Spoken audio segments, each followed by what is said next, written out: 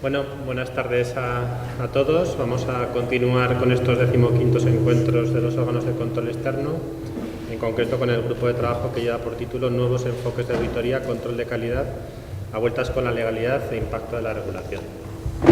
Tenemos hoy aquí con nosotros a 5 ponentes, profesionales, compañeros auditores y del ámbito jurídico de amplia trayectoria profesional. Nos han preparado unas ponencias que creo que van a satisfacer a todos y en primer lugar os quería agradecer en nombre de la organización de estos encuentros vuestro tiempo, vuestra dedicación, que siempre en el día a día ajetreado que llevamos pues no es fácil, ¿no?, preparar estas ponencias. Vamos a organizarlas de la siguiente forma. Yo voy a presentar enseguida a los 5. Les dejaremos un turno de exposición de unos 15-20 minutos y al final de las 5 exposiciones pues haremos pie a que si tenéis alguna pregunta que formular pues que la hagáis y que participéis, ¿no? Que también en estos grupos de trabajo de lo que se trata también es de que vosotros contéis vuestras experiencias y planteéis alguna pregunta para los ponentes. Como digo, vamos a tratar temas muy variados. La primera ponencia se titula Del control de calidad a la gestión de calidad en la auditoría, NIA 220 revisada. La va a exponer Olga Vidricol. Olga es auditora y supervisora de uno de los departamentos de fiscalización de la Generalitat en la Sindicatura de Cuentas de Cataluña. Tiene una amplia, como digo, amplia experiencia en auditoría.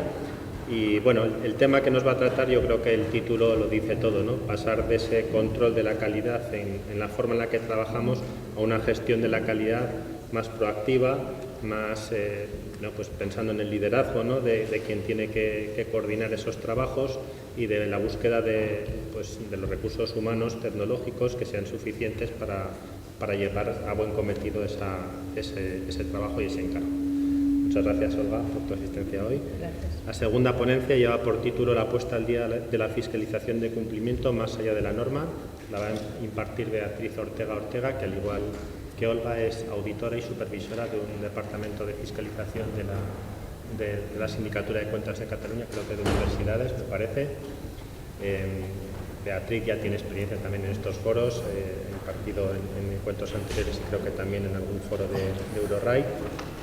Y bueno, va a tratarnos un tema, la puesta al día de la fiscalización de cumplimiento más allá de la norma, que busca pues esa doble articulación de una fiscalización de legalidad complementada con elementos de auditoría operativa y además enfocado hacia dos ámbitos que son pues muy interesantes, como es la fiscalización de subvenciones y de los contratos programa. Bienvenida, Beatriz, y muchas gracias. En tercer lugar, expondrá Albert Valero Tamayo, que es auditor también de la Sindicatura de Cuentas de Cataluña. Es además profesor asociado de la Universidad de Barcelona y colaborador, formador en distintas instituciones, por citar algunas, el Centro de Estudios Financieros, el Colegio de Economistas de Cataluña y el Instituto de Censores Jurados de Cuentas. Albert nos va a hablar de un tema también muy interesante, la consolidación en el sector de las administraciones locales, con el título, pues, para mí muy sugerente: Sueñan los fiscalizadores con consolidados del sector público local. Digo sugerente con todo el cariño, porque a los que somos pues amantes de la ciencia ficción esto nos evoca un título, un clásico, ¿no?, del cine y de la literatura. Esperemos que la conclusión que tengamos al final no sea que esto vaya a ser la consolidación en el ámbito local, no se quede la ciencia ficción y sea una realidad tangible a corto y medio plazo. Luego nos lo aclaras, sabiendo también de antemano que la administración local pues es un nivel de la administración, ¿no?, carente de muchos recursos. La cuarta, bueno, muchas gracias también, Albert, por tu asistencia hoy aquí. La cuarta ponencia la impartirá Miguel Luque Magaña, es técnico de auditoría de la Cámara de Cuentas de Aragón, compañero desde hace muchos años, de formación interventor del Cuerpo de Auditores e Interventores del Ministerio de la Defensa. También está cursando el doctorado de Derecho. También ha colaborado en ponencias en otros foros similares a este, tiene su experiencia. Y Miguel nos va a hablar sobre cómo fiscalizar la compra pública estratégica, que es un aspecto de contratación pues, que ha cobrado mucha importancia en los últimos tiempos y que por distintas circunstancias pues, sigue teniendo algunas resistencias, ¿no?, de cara a su implantación. Miguel nos va a explicar un poco dónde están esas dificultades para que se materialice, ¿no?, dentro de la contratación pública, y también algunas orientaciones de cómo fiscalizar. Bienvenido, Miguel, muchas gracias. Y en último lugar intervendrá Manuel Guedea Martín, Manuel es letrado de la Cámara de Cuentas de Aragón, es también pues, profesional muy experimentado como los demás, ha sido durante casi 30 años, que se dice pronto, letrado jefe de los servicios jurídicos de la Cámara de Cuentas de Aragón, ha sido también, entre otras cosas, diputado en las Cortes, ha participado como vocal y asesor en distintos grupos de trabajo y en distintas instituciones, entre otras creo que la Comisión Bilateral de Transferencias con el Estado, es autor de numerosos artículos y también un amante del deporte, me parece, y especialista también en derecho deportivo. Bienvenido, Manuel. Manuel, nos vas a comentar luego transparencia y confidencialidad en las fiscalizaciones, dos principios básicos en todo procedimiento administrativo que muchas veces entran en conflicto, de los cuales pues a veces cuesta un poco salir airoso. Espero que, Manuel, también nos des algunas orientaciones en estos casos para salir airosos, como digo, de ese trato. Por mi parte, nada más, agradecer a todos los presentes vuestra asistencia hoy aquí.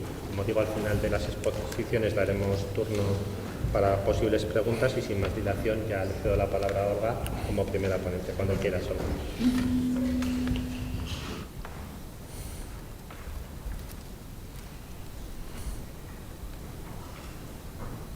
A ver.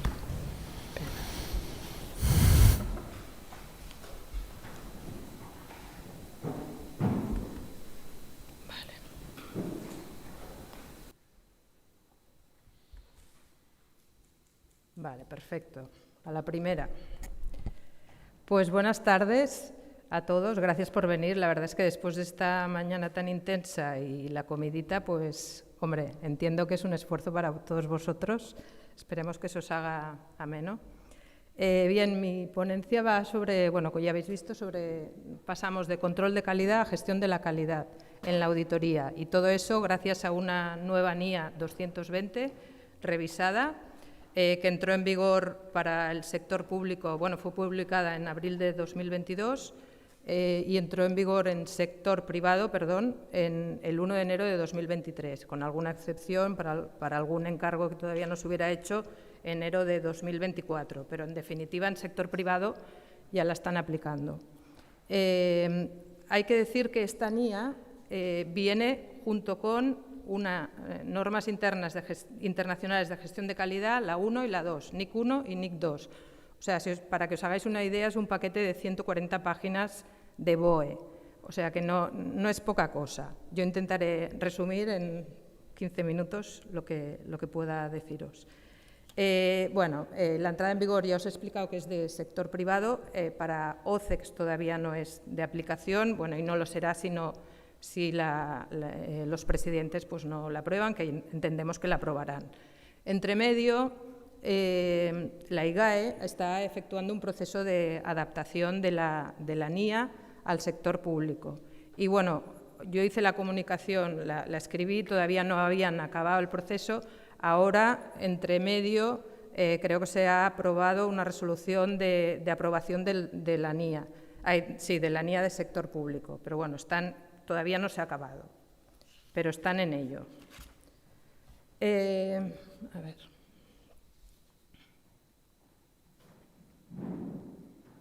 Bueno, espera.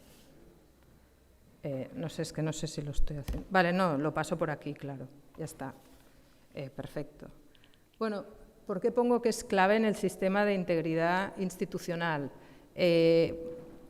Estos encuentros sí que tenían muy marcado todo el sistema de integridad y entonces me pareció, después de haber también trabajado bastante la comunicación, que está bastante relacionada.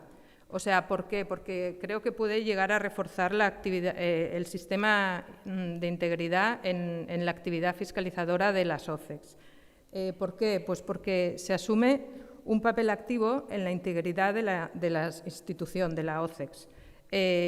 Incluye componentes dentro del sistema de gestión de calidad muy iguales al sistema de integridad, como por ejemplo pues, la cultura ética de la organización, la gestión de riesgos, que tanto hemos estado hablando esta mañana, la importancia de los recursos, tanto humanos, tecnológicos, intelectuales, y también incluye mecanismos de detección y respuesta. O sea, en el fondo, a mí me parecía esta mañana muy igual al sistema de gestión de calidad que está planteando la nueva NIA. A ver. no creo que se vea muy bien, pero bueno, son los principales aspectos que quiero destacar de esta nueva NIA, ¿no? Y sobre todo con respecto al anterior. El título ya decía que pasamos de control de calidad a gestión de la calidad, y no es solo un cambio de nombre, sino que creo que implica una gestión proactiva, tal como ha dicho Iván, de la calidad. No solo es el control ex post, sino que partimos de que todo el procedimiento va a tener el nivel que nosotros queramos de calidad. Refuerza el sistema de integridad en la actividad fiscalizadora también de las OCEX, que esto ya os lo he dicho. Luego, el sistema de gestión de calidad tiene 8 componentes. 7 de ellos son muy aplicables al sector público. Uno de ellos no tanto, pero sí que es cierto que la adaptación de la IGAE, bueno, pues sabéis que hace como unas notas explicativas, pues sí que está poniendo qué puntos pueden ser válidos para el sector público. Los siete puntos aplicables al sector público directamente serían el proceso de valoración del riesgo, el gobierno y liderazgo, requerimientos de ética. Es muy importante, se da mucha importancia a la ética y principalmente también a la independencia. Luego, la realización del trabajo. Los equipos han de conocer, han de cumplir sus responsabilidades, bueno, todos, incluido todo el órgano directivo también, o sea, partimos desde arriba hasta abajo, todos han de asumir su responsabilidad. Luego, otro de los componentes del sistema de gestión son los recursos, y aquí incluimos tanto recursos humanos como tecnológicos y también intelectuales. En cuanto a recursos humanos, podemos decir que principalmente la asignación de recursos humanos tiene que ser correcta, tiene que ser adecuada. Los auditores que estemos asignados a un trabajo tenemos que tener la competencia y capacidad adecuadas. También tenemos que tener comportamientos adecuados, o sea, y aquí entramos un poco en la profesionalidad y en la ética. Para ello también, bueno, pues se da un poco de deberes al órgano directivo. Tiene que haber una serie de evaluaciones, tiene que haber una buena remuneración, posibilidades de promoción, y también se ha de dar tiempo suficiente para realizar el trabajo de auditoría. Luego, bueno, tenemos los recursos tecnológicos y los recursos intelectuales, ya luego entraré un poquito más.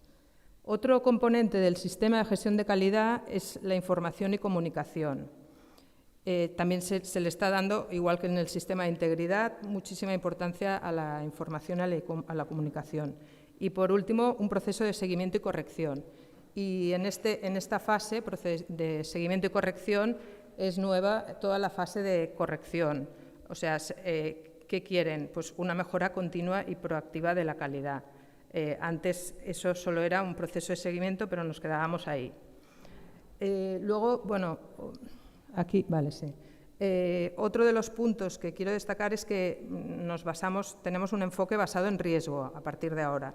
Implica definir unos objetivos de calidad, a dónde queremos llegar, implica identificar y valorar los riesgos que pueden hacer que no se cumplan estos objetivos y después tenemos que predeterminar e implementar respuestas para responder a estos posibles riesgos. Luego, otra cosa específica de este sistema de gestión de calidad es que anualmente la persona responsable del sistema de gestión de calidad ha de evaluar si éste proporciona una seguridad razonable de que se está cumpliendo correctamente. Bueno, ya os he dicho que se introducía el nuevo concepto de corrección, que lo que hace es permitir una mejora continua y proactiva de la calidad. Y, por último, bueno, destacar las responsabilidades. Hay una definición de responsabilidades, ahora lo veremos también, que recaen en toda la organización, partiendo del órgano directivo y siguiendo con bueno, el ponente del trabajo, el síndico ponente del trabajo, bueno, o consejero en cada una de las OCEX. Ya sabéis que cada uno tiene sus particularidades. A ver. Muy bien. 4 aspectos quiero destacar del sistema de gestión de calidad. Uno es la responsabilidad, ya os lo he dicho. La responsabilidad última la tiene pues, el síndico mayor, el consejero, el pleno. Eso se ha de definir, ha de quedar definido en el sistema de gestión. pero también hay otras responsabilidades. Una responsabilidad operativa de quién va a gestionar el sistema de gestión de calidad, una responsabilidad sobre el cumplimiento de los requerimientos de ética y una responsabilidad para el proceso de seguimiento y corrección. Luego, respecto al proceso de valoración del riesgo, bueno, ya os he comentado que tienen que haber objetivos, hemos de identificar los riesgos y hemos de preparar unas respuestas e implementarlas.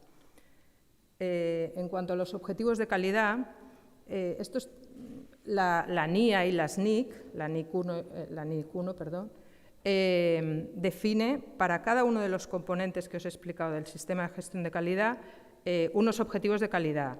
Bien, pues este sistema de gestión tiene que incluirlos y además puede incluir otros que considere siempre en función de la idiosincrasia de cada una de las instituciones. Sí que, bueno, me gustaría destacar los objetivos de calidad de gobierno y liderazgo.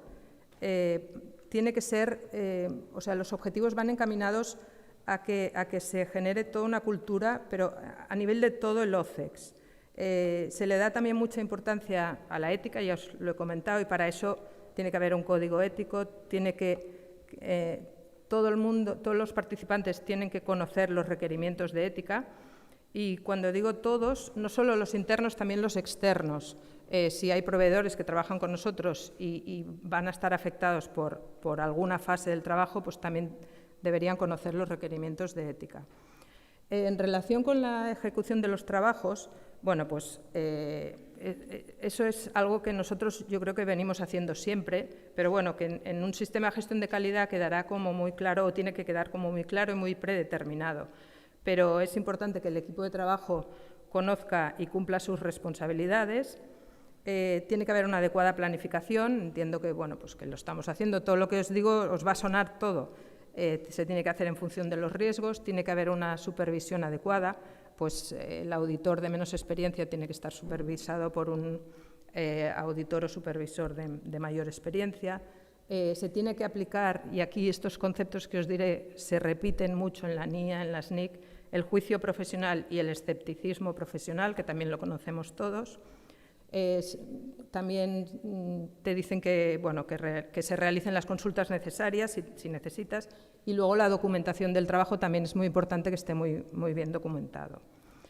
Y luego pasamos a la información y comunicación, que ya os he dicho que se da mucha importancia. ¿Por qué? Porque es que si un sistema de gestión de calidad, si no se conoce, pues no se va a aplicar.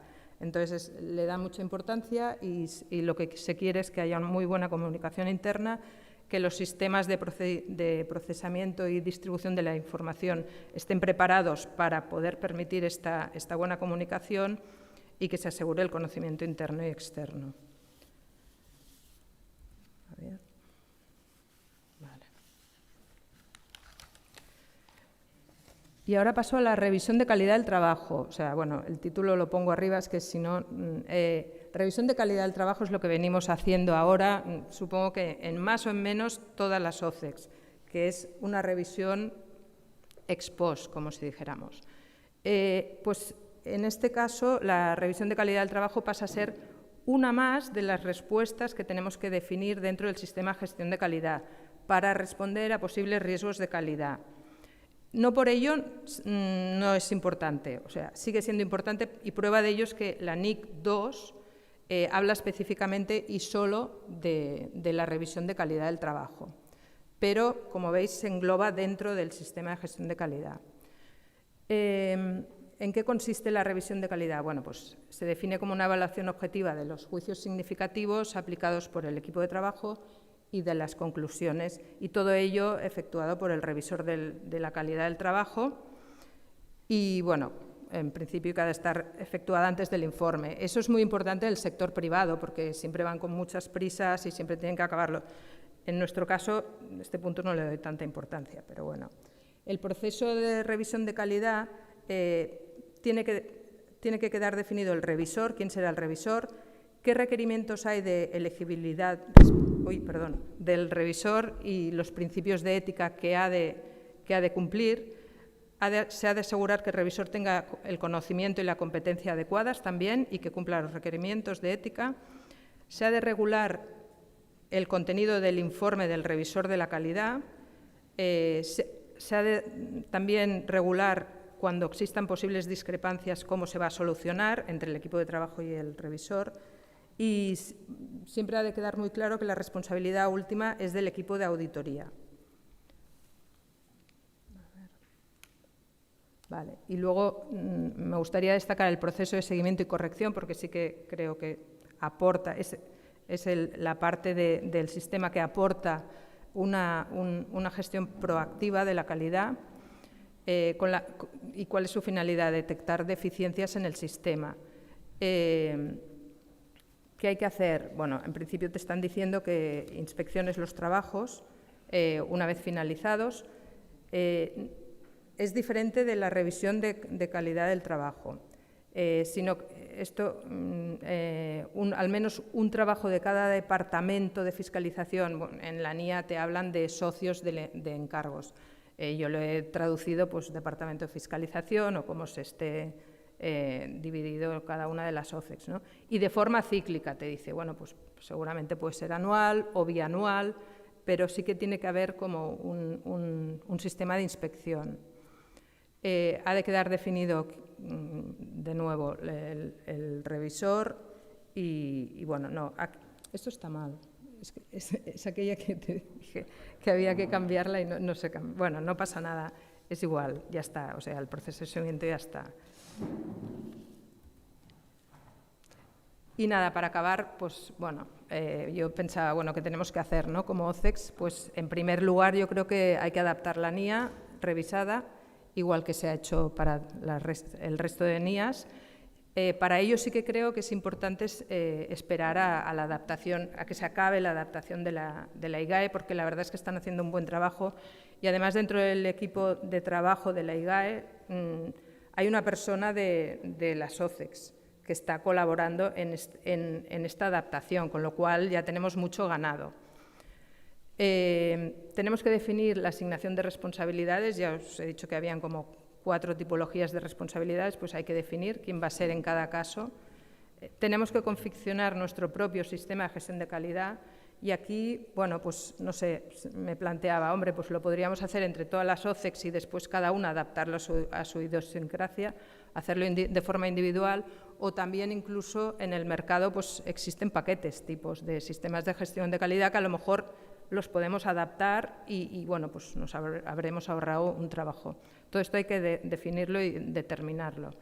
Y después hay que definir el tipo de informes que vamos a incluir en la revisión de calidad de los trabajos. Y bueno, la GPF que tenemos actualmente ya amplió el tipo de informes a toda la tipología de informes que estamos haciendo como OCEX. Yo quiero pensar, o bueno, creo que puede ser una buena cosa, pues también ampliarlo.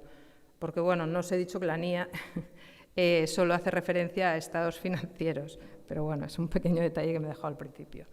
Y ya está. O sea, en principio era para que conocierais un poco la NIA y nada, os agradezco mucho que estéis aquí y luego ya estamos en el turno de preguntas para lo que queráis. Gracias.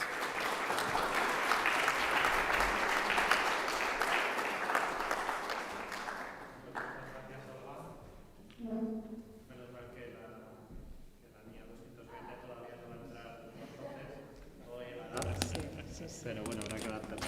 Pues cuando quieras, Beatriz. Subí con Carmen y yo, Carmen, te prometo. No sé qué puede pasar, que igual. Ah, no, espera, solo era esto que te dije, que está repetido de lo que pasa.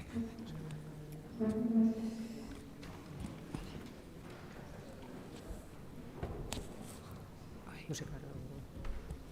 No, que no puedo cerrar. Ah, vale. Ah, no, que no es. Vale.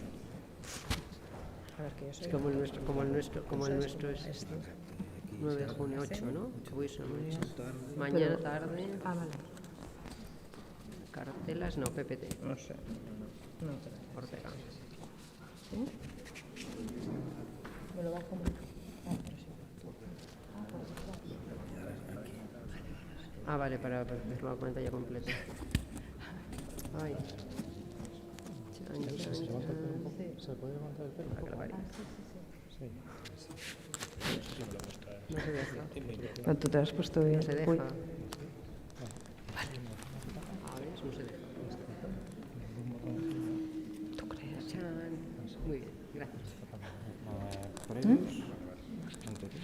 No, vale.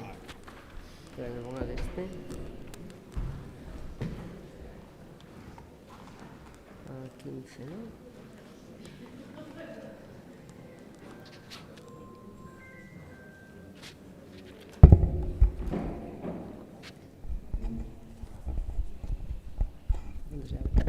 ¿Está abierto o no? ¿Está abierto? Ah, vale. Hola, buenas tardes.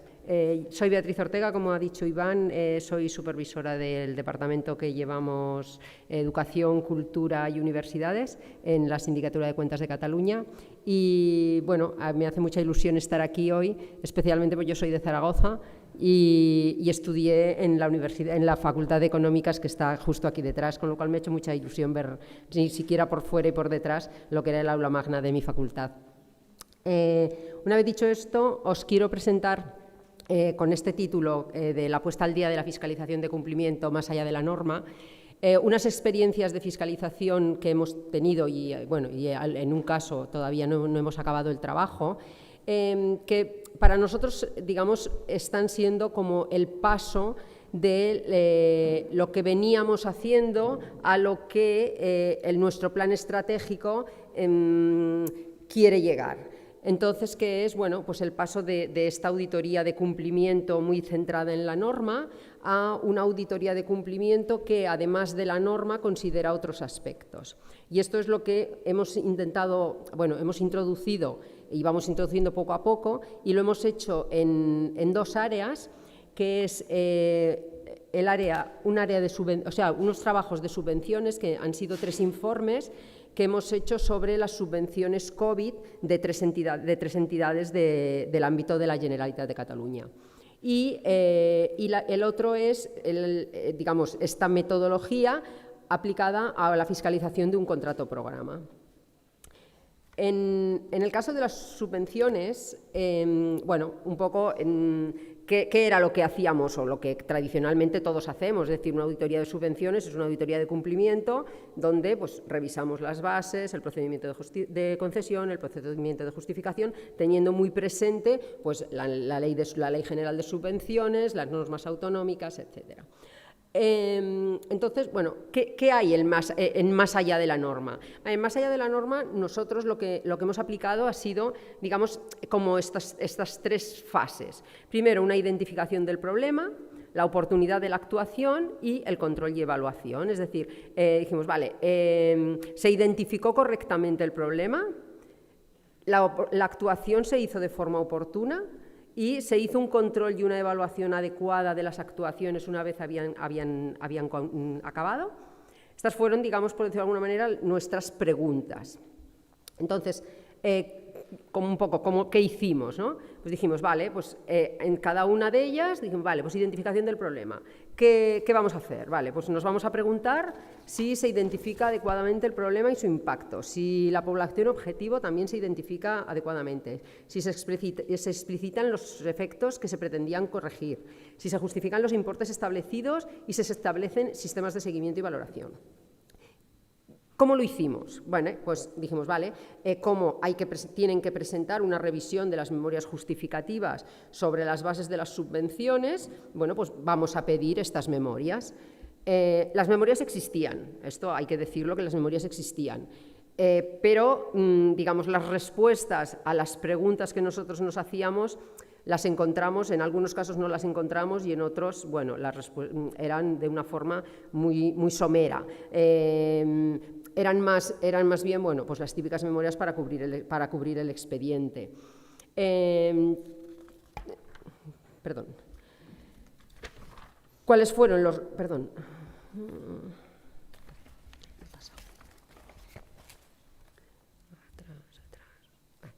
¿Cuáles fueron las conclusiones? Las conclusiones fueron pues, que no se identificaba de forma cuantitativa el impacto del problema. Entonces, por ejemplo, eran subvenciones que casi todas eran bueno, pues, para cubrir 2 tipos de situaciones. Una, pues la reducción de ingresos debido a la COVID que habían tenido las entidades y, por otro lado, pues, subvencionar los gastos que habían tenido durante la época COVID. Vale. ¿Qué nos encontrábamos? ¿Vale? Que decían, daremos subvenciones a los teatros. Dicen, vale, muy bien. ¿Cuántos teatros hay? Ah, pues no lo sé, ¿vale? Le daremos 10 euros por entrada que han perdido, ¿vale? ¿Por qué 10 euros y no 30? No lo sé. Le daremos, y en total nos gastaremos ¿cuánto? Dices, vamos a ver, si no sabes cuántos hay, ¿cómo decides cuánto gastas? Bueno, en definitiva, había una identificación cualitativa, porque claro, la cualitativa era muy fácil, era decir, bueno, le voy a dar la subvención a este tipo de entidad o a al que cumple estos requisitos. Los efectos, digamos, de lo que se pretendía hacer se describían de una forma muy genérica, o sea, bueno, mejorar la situación, compensar las pérdidas, vale. Los importes no se justificaban. Con lo cual, bueno, al final era más o menos la conclusión a la que llegamos era un poco, bueno, nos dieron una partida presupuestaria y hicimos lo que pudimos. También se ha de decir que nos dimos cuenta que fueron 3 ámbitos, uno de deporte, centros escolares y el sector cultural. Y entonces lo que vimos es que, excepto en el caso de educación, y en una parte también, había un gran problema, digamos, de delimitación de la población. Es decir, la información estadística vimos que era muy pobre, o sea, el identificar, bueno, cuántas entidades culturales hay de este tipo, de este otro, cuántas personas hay ocupadas en el sector cultural, cuántas personas hay ocupadas en el sector del deporte, que son personas que digamos que son susceptibles de recibir estas subvenciones porque han tenido unas pérdidas, han tenido un impacto de la COVID. No existía esta información. Cuando existía eran cosas, bueno, en el caso del deporte, por ejemplo, un estudio que era del 2013. Y era un estudio porque una universidad lo había hecho, no porque fuera una cosa, digamos, que desde el punto de vista estadístico existiera, no. Entonces, claro, esto evidentemente para el gestor le dificulta muchísimo el hacer cualquier acción, el planificar. Por lo tanto, bueno, pues realmente vimos que el problema no es, por decirlo de alguna manera, no es un tema que el gestor lo hiciera mal, que además también se ha de tener en cuenta que en estos casos la situación era muy compleja y por lo tanto tampoco había mucho tiempo para pensar qué iban a hacer, pero sí que un problema de base que entendimos que este sí que es grave y que habría que solucionar, que es el tema de decir, bueno, han de existir las bases que permitan hacer una planificación adecuada. En cuanto a la oportunidad, lo que hicimos fue, nos preguntamos, bueno, ¿las subvenciones fueron una respuesta adecuada a los problemas causados por lo que pretendían paliar?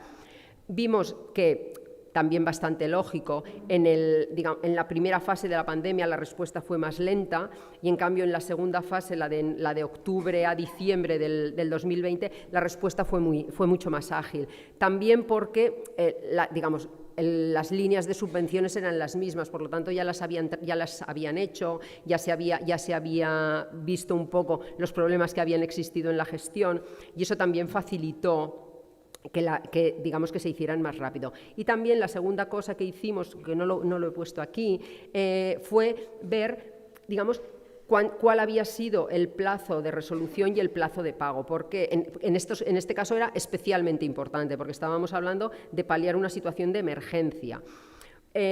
Vimos de todo, vimos algunas tramitaciones que habían sido muy ágiles, pero también vimos algunas tramitaciones que habían tardado más de 5 meses. Entonces, claro, que a un beneficiario realmente necesitado al cabo de 6 meses le paguen una ayuda, bueno, durante aquellos 6 meses, si realmente lo necesitaba, no sabemos qué hizo. Y, por último, si se hizo algún control y valoración de las actuaciones, aquí sí que la respuesta fue, bueno, un no bastante rotundo. Por desgracia, había algunas actuaciones previstas, algunas se han llevado a cabo pero con muchísimo retraso y claro, en este caso además era especialmente importante el tema del control. ¿Por qué? Porque eran subvenciones que en su mayoría se daban sin ningún tipo de documentación por parte de los beneficiarios, lógicamente, es decir, se trataba de paliar una situación de emergencia y por lo tanto tú cumples las condiciones, yo te doy el dinero. Pero claro, pensemos que había cosas, por ejemplo, no sé, en el ámbito cultural, pues que se subvencionaba por las actuaciones que habían dejado de hacer. Claro, que no se comproban en ningún caso si realmente aquella compañía tenía un contrato que había dicho que iba a hacer no sé cuántas actuaciones, no sé dónde. Hombre, la verdad es que alguna cosa más creemos que sí que se tendría que haber hecho.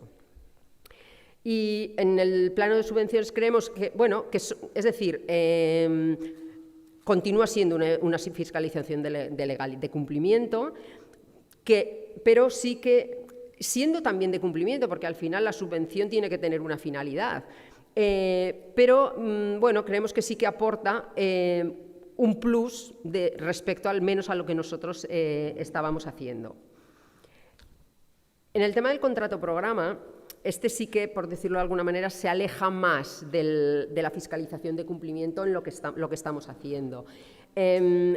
Nosotros habíamos hecho otras fiscalizaciones de contratos programa, que básicamente el inicio era el acuerdo de aprobación del contrato programa y a partir de aquí, digamos, vale, pues hay unos indicados, unos objetivos, unos indicados, y básicamente digamos, nuestro trabajo de cumplimiento se centraba en si se habían cumplido los indicadores, si se habían cumplido el programa de aportaciones de la Administración y qué decían las actas de la comisión de seguimiento. Uno, si se habían hecho. Dos, qué grado de cumplimiento se había establecido en las actas de comisión y si este grado de cumplimiento estaba de acuerdo con lo que nosotros, digamos, estimábamos a través de nuestro trabajo. En este contrato programa, ¿qué hemos hecho? Vale, le hemos dado como una especie de vuelta. Entonces, digamos, nos hemos planteado, vale, digamos, la pregunta grande ¿es útil el contrato programa como instrumento para conseguir la finalidad de la entidad? Vale, ¿qué necesitan? Vale, entonces decimos, vale, lo dividimos en tres. En las tres fases que entendemos que debe contemplar el contrato programa: el diseño, la ejecución y el control. Y para cada una de estas fases nos establecemos digamos, bueno, una estructura de preguntas. ¿Cómo lo hemos hecho? Básicamente aquí sí que hemos aplicado bastante la metodología de auditoría operativa. Es decir, primero, bueno, una comprensión del tema auditar, en la cual pues, hemos hecho revisión de otros contratos programa, de literatura sobre el tema, identificación de estadísticas, en este caso es del sector cultural, publicaciones especializadas. En este caso hemos tenido también la suerte de tener unas guías del Departamento de Cultura y de la propia Generalitat, que, digamos, dicen cómo ha de ser un contrato programa, qué elementos tiene que tener, cómo se ha de formar, cómo se ha de gestionar, etcétera, que la verdad es que nos están siendo de mucha ayuda, sobre todo para definir, por decirlo de alguna manera, los criterios con los que vamos a comparar la realidad que observemos. Después hemos definido unas partes interesadas, que las hemos dividido como en bloques, entre administración pública, el personal de la entidad, el mundo profesional, audiencias y comunidad, medios de comunicación, patrocinadores y el mundo político. Y a cada uno de ellos hemos identificado, digamos, cuál es su papel en el contrato programa y cuál es su interés en que el contrato programa se desarrolle de forma satisfactoria. Y también a partir de aquí, de estas partes interesadas, bueno, pues hemos establecido qué tipo de relación tendremos nosotros con cada una de estas partes interesadas. En algún caso es ninguna. En otros casos sí, porque bueno, han intervenido o deberían haber intervenido en alguna de estas fases de planificación, ejecución o control. Y, por lo tanto, a partir de aquí decidimos qué haremos con cada una de estas partes interesadas. Le pediremos documentación, le haremos una entrevista, le enviaremos un cuestionario, etc. Hemos elaborado una pequeña teoría del cambio, muy pequeñita, pero bueno, digamos que es el aspecto que menos incidencia tiene en el trabajo, y a partir de aquí hemos establecido unas preguntas de auditoría y una matriz de planificación. Y entonces, bueno, en estas preguntas, claro, entonces en estas preguntas de auditoría es donde sí que entramos ya más en los aspectos, pues sobre todo en la fase, por ejemplo, en la fase de ejecución, en la fase de planificación, por ejemplo, ¿qué nos fijamos? Pues nos fijamos en si tenemos una misión de la entidad, ¿vale? Pues a partir de aquí decimos, vale, ¿cuáles son los objetivos estratégicos? ¿Los objetivos están bien relacionados con la misión? ¿Sí o no? ¿Hay objetivos operativos? ¿Los objetivos operativos están relacionados con los estratégicos? Sí, no. ¿Cómo? ¿Son mejorables? Etcétera. Los indicadores, también, si los... ¿Puedo seguir un poco? Si los indicadores, primero, en la fase de planificación, si los indicadores suponen un reto respecto de la situación anterior al contrato programa. No sé, y después, en la fase de ejecución, pues si los indicadores se han cumplido o no. Por lo tanto, y después el tema de control, algo que aquí es donde, digamos, más nos acercamos a lo que ya teníamos. Bueno, la comisión de seguimiento se ha reunido, no se ha reunido, pero sí que vamos un poquito más allá en decir, vale, por ejemplo, ¿qué información le ha suministrado la entidad a la comisión de seguimiento para que pueda valorar la ejecución? ¿Ha sido, yo qué sé, un PowerPoint o no? ¿O le han enviado documentación de verdad? Y esto. Bueno, un poco, a ver, intentar ir un poco más allá. Y esta es nuestra experiencia, lo tenemos en marcha, espero que acabe bien.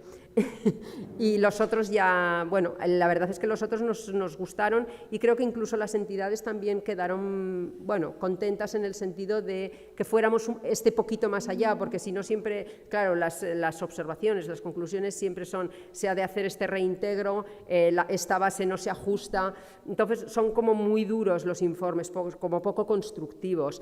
Yo creo que este enfoque permite decir lo que está mal, pero también añadir un plus de aspectos a mejorar, pero en plan positivo, o sea, digamos, de ayudar un poco más a las entidades. Y en este sentido creo que puede ser un buen camino, en el que también nosotros, como auditores financieros de formación y de experiencia, también nos sentimos más cómodos. Es decir, el salto quizás hacia una auditoría más operativa, bueno, es un salto como más grande. Esto es como una especie de camino a recorrer en el que creo que nos podemos sentir cómodos y que podemos hacerlo muy bien.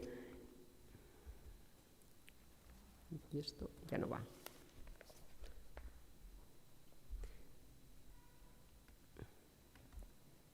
No me pasa. Ah, vale. Bueno, y un poco en este sentido, no importa lo lento que vayas mientras no te detengas. Bueno, son pequeños pasitos que creo que nos pueden hacer llegar bastante lejos en la mejora de nuestros informes, sobre todo. Muchísimas gracias.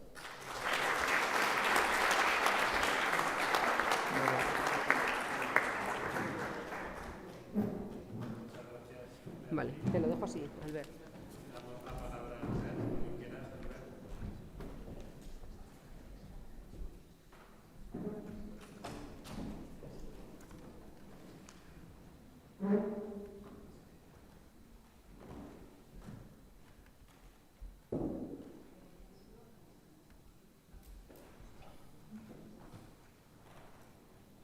Sí. Bueno, señores, hoy he venido a hablar de mi libro. Aquí lo ven. Mi libro, el libro en el que se basa el título de esta ponencia, es el libro de Philip Dick, que sueñan los androides con ovejas eléctricas, y el mío es Sueñan los fiscalizadores con cuentas consolidadas. Tiene una razón de ser esto, y creo que la voy a desarrollar en este cuarto de hora que tenemos. Este libro es un libro conocido, en el que se basó la película de Blade Runner, que bueno, creo que Iván es esforofo, de Blade Runner, sale el replicante, aquel que es un androide, que están creados solo para destruir los enemigos, pero al final te crea la sensación de si pueden sentir o no pueden sentir, y este es su discurso final. Un discurso que no estaba en el libro, pero que se introdujo el guionista y el autor, el Philip Dick, dijo, bueno, pues me gusta, yo he visto cosas que vosotros no creeríais. Atacar ya naves en llamas más allá de Orión, he visto rayos C brillar en la oscuridad cerca de la puerta de Tannhäuser. Todos esos momentos se perderán en el tiempo. Como lágrimas en la lluvia, es hora de morir. Veremos luego que tiene relación con la consolidación. Y como veis, me gustan las películas. Y cuando habéis visto estas sillas, ¿no recuerda alguna escena de alguna película? ¿No recuerda aquella escena de... Está aquí uno sentado, se levanta y dice, hola, me llamo Albert y soy adicto. Adicto a la consolidación. Pues eso es uno de mis objetivos. Primero, ¿por qué tenemos que consolidar? Hay poca gente que quiera... ¿Por qué no vienen aquí a consolidar? Y voy a deciros cuáles son las cuestiones y errores típicos en la consolidación ahora que se ha hecho obligatoria por fin en el mundo local. Cuando yo llegué aquí al mundo local dije, qué bien, voy a consolidar, porque aquí va a haber mucho consolidado. Pero qué va, solo habían agregados, o sea, sumas. Agregados es un nombre que parece como más guay, ¿no? Pero es sumas. También voy a reconocer que hay limitaciones de la consolidación. Y para ejemplificar por qué consolidar, tenemos aquí el ejemplo del Caso Palau. Qué bonito, ¿no? Este edificio modernista, qué bonito. Pues este edificio era gestionado por el señor Félix Millet, que en paz descanse, que a través se gestionaba, y él era presidente de tres entidades. Uno era la Fundación del Palau de la Música, otro era el Consorcio del Palau de la Música y una tercera era una entidad privada que se llamaba el Orfeó Català. Y el consorcio se auditaba, la fundación se auditaba, pero el Orfeó no se auditaba. Lo tengo aquí, la fuente de información es de aquellas válidas, Vanity Fair, es de aquellas que dan prestigio. Pues entonces, lo que hacía este señor era, desde el consorcio es el que recibía todas las transferencias públicas y es con el que se financiaba la fundación y es con el que también se financiaba la asociación esta del Orfeó Català. Y entonces, desde estas instituciones públicas se emitían facturas de gastos espurios que iban dirigidas al Orfeó. En el Orfeó esas facturas eran activadas como mayor inmovilizado. Claro, esas facturas eran, pues ya sabéis, la factura de la boda de su hija, ¿no? Encima luego se la cobró la mitad al suegro, Pero si hubieran hecho el consolidado, si hubiera estado hecho el consolidado, entonces tú hubieras dicho, a ver, esta factura que la has facturado al Orfeó, ¿dónde está para eliminarlo? Ah, está en el inmovilizado, pues lo hubieras. Y hubiera surgido allí una parte del fraude. Así que hay que consolidar. Tengo más ejemplos, pero no me dan tiempo, Pero bueno, ya en otro momento, si queréis, ya os doy más ejemplos. El caso Palau, bueno, la Sindicatura de Comptes de Cataluña en su época hacía trabajos de fiscalización sobre el consorci. Y ya en el 2001 ya vio algo raro. Dijo, oiga, usted es presidente de todo y todas las operaciones se están confundiendo. Aquí tendrían que aclararse esto. Y entonces se publicó el informe y el señor Félix Millet envió alegaciones al informe y a todas las cosas que se decían allí. Y estamos acostumbrados cuando nos envían alegaciones, pues allí unos argumentos jurídicos, allí 40 páginas, 50 páginas. ¿Sabéis cuántas páginas eran las alegaciones del señor Millet? Una página, ¿eh? Estas eran las alegaciones, ¿eh? Una página. Dice, oye, pues acuso recibo del informe y tomo nota de las observaciones realizadas y las solventaremos lo más pronto posible. Y digo, pero os avanzo que algunas de ellas en estos momentos ya están realizadas, ¿eh? Y dice, aprovecho para expresar mi agradecimiento por los consejos que nos dais, que sin duda revertirán en una mejor gestión del consorcio, ¿eh? Al poco de esto, el señor Millet organizó la restauración de los tubos del órgano del Palau y dijo, va, ¿queréis aportar y os pondremos el nombre? Y yo, como soy melómano, me gustó y dije, yo voy a aportar, y me sacó 1.000 euros. Me sacó 1.000 euros para pagar algo suyo, seguro, ¿eh? Bueno, vamos a ver los errores típicos que puedo explicar en estos 10 minutos, ¿eh? Y vamos a ver con un ejemplo cada uno de ellos. La delimitación del grupo es lo más importante. El grupo, por definición, lo integran las entidades dominantes y las dependientes. Luego está el conjunto consolidable que integra otras entidades que se llaman las multigrupos y finalmente el llamado perímetro de consolidación incluye las asociadas. Solo va a haber consolidación si hay grupo. Si tenemos grupo hay consolidación, si no, no. Si solo tenemos asociadas no hay consolidación. Y eso es lo que es la obligación de consolidar. En el sector público local, lo que hay una serie de entidades que ya nos determina la norma que no pueden ser dependientes y que por tanto en todo caso serán dominantes, ¿eh? Si controlan a una entidad serán dominantes. Y el control es un tema de concepto, ¿eh?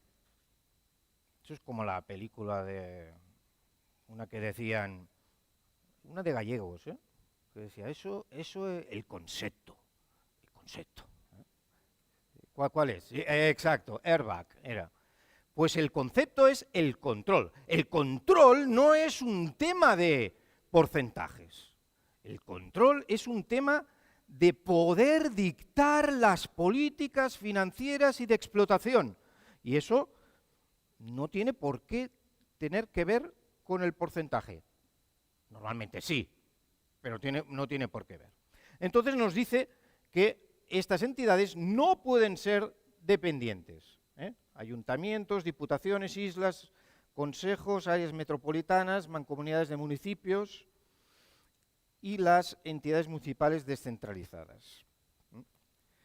Y por tanto, las que van a ser dependientes, van a ser organismos autónomos, sociedades mercantiles, entidades públicas empresariales, consorcios, entidades sin ánimo de lucro, fundaciones y asociaciones. Y consorcios y fundaciones son esas entidades que están allí, que salen y que nunca sabemos bien a quién pertenecen. Y entonces la norma, pública ya, del sector público ya intentó aclarar el tema, pero ahora en esta que salió en el año 21, se dijo, oiga, las consorcios y fundaciones van a ser consideradas entidades dependientes de la entidad a la que están adscritas. Es decir, que nos vamos al inventario y vemos dónde están adscritas y entonces serán dependientes de esa entidad. Y ya siendo dependientes, ya tenemos un grupo.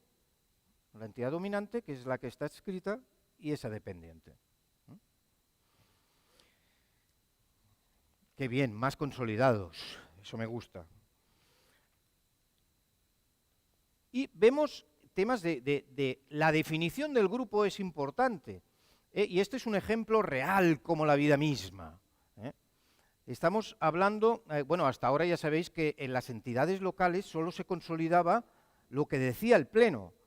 El Pleno decía, pues vamos a consolidar, de aquí vamos a consolidar el ayuntamiento y los organismos autónomos. Y ya está. Y las sociedades mercantiles y la fundación no consolidaban. Y aquí, en este caso, la inversión en la fundación eran 10 millones y el patrimonio neto 2 millones. Clarísimo. Cuando consolidas, aquí surge un agujero de 8 millones. Vale, fantástico. Nadie se preocupa, pero esos 8 millones quiere decir que han habido pérdidas de esos 8 millones y que si sigue así, eso va a haber más pérdidas. Otro tema, la exclusión de entidades. Dice, oiga, usted puede excluir de la consolidación, puede excluir, estamos hablando no dispensa de consolidación, que eso es otros casos. Estamos hablando de cuando obligado a consolidar, cojo unas entidades y digo, no las pongo. Y dice, y bueno, ¿y qué dice la ley de eso? La norma dice, pues, que no tengan interés significativo para la imagen fiel, que haya restricciones severas y duraderas para el control, o que, para poder consolidar, haya gastos desproporcionados o un retraso inevitable. Pues eso, claro, eso es como, parece como una excusa a la que se van a coger todo el mundo, ¿no? Dice, jolín, pues, ostras, sí, me va a costar mucho, gastos desproporcionados. O si son una mierdecita. Y entonces se producen casos como este, que es un caso real como la vida misma, que está adaptado, que es un ayuntamiento que sí que consolida organismos autónomos, sociedades mercantiles, asociaciones, fundaciones, pero excluye de la consolidación una serie de fundaciones y asociaciones. Y vas a mirar y dices, ¿cuántas entidades están consolidadas? 50. ¿Cuántas están excluidas? 69. ¿Qué número, no? 69, ¿verdad? Y dices, ¿por qué están excluidas? Dice, porque no tienen interés. No tienen interés. Dice, oye, pero una sí, dos sí, pero ¿y si vas cogiendo las 69 no tienen interés? Con lo interesante que es ese número. ¿No tienen interés? Efectivamente, esto es un error que hay en las consolidaciones, porque no es un saco, no es una patente de corso esta visión de la consolidación. Y también nosotros nos podemos preguntar, oiga, si no son significativas, si no puedo obtener los datos, etcétera, etcétera, ¿para qué tengo 69 entidades allí? ¿Pero qué hace usted con 69 entidades? ¿Verdad? Pues para eso sirve el consolidado, para los que les gusta la operativa y quieren hablar de operativa. Aquí tenéis algo que podéis hacer servir, pero los de la operativa están en otro. Bueno, y después otro tema que me encanta, el fondo de comercio. ¿Os gusta el fondo de comercio? Este que en inglés lo llaman el goodwill, que traducido estrictamente sería la buena voluntad. La buena voluntad. Y dices, bueno, ¿qué es esto del goodwill? El fondo de comercio. Me llegaron unas cuentas consolidadas y, ostras, apareció un fondo de comercio de 1.000 millones. Hostia, pero, ¿qué es esto? 1.000 millones. ¿Sabemos lo que significa el fondo de comercio? Dice, no, es que la norma dice que la diferencia entre la inversión y el patrimonio neto, si es positiva, es fondo de comercio. Y allá le he cascado el fondo de comercio. Pero aquí también el concepto. El concepto, ¿qué es el fondo de comercio? El fondo de comercio representa la expectativa de obtener resultados cuando adquiero una entidad. y cuántas entidades adquieren las entidades públicas, los ayuntamientos. Y además la tengo que adquirir a un tercero. Por tanto, si no hay compra, no fondo de comercio. No compra, no fondo de comercio. Lo que sale en esas consolidaciones no es más que reservas negativas, o sea, pérdidas acumuladas. Y generalmente proviene todo esto de entidades que se han constituido y que has tenido que ir pasando transferencias y transferencias y más transferencias. Y dice, bueno, pero como nunca lo ves consolidado, no te das cuenta, ¿no? Y ahí, en el consolidado, se verá que ahí pues hay esa acumulación. Y poca cosa más.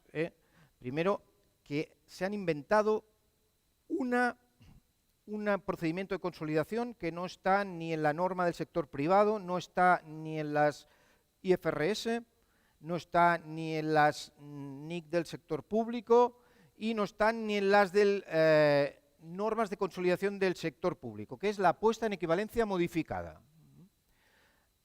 Este es el concepto de puesta en equivalencia, que es sustituir el valor de la inversión por el valor de la puesta en equivalencia, pero te dicen, oiga usted, para que no se retrase a la hora de hacer el consolidado, dice, oiga, no le voy a pedir que homogeneice.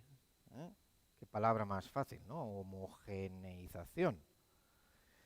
No homogeneice, que quiere decir, oiga, que no hace falta que todas las cuentas que ponen equivalencia estén hechas bajo el mismo criterio, no hace falta que verifique si todas las transacciones cuadran, y así usted podrá hacer esta sustitución del valor de la inversión por la puesta en equivalencia y así no me vendrá con excusas. O sea, nos lo ponen fácil. Hay que consolidar, hay que consolidar.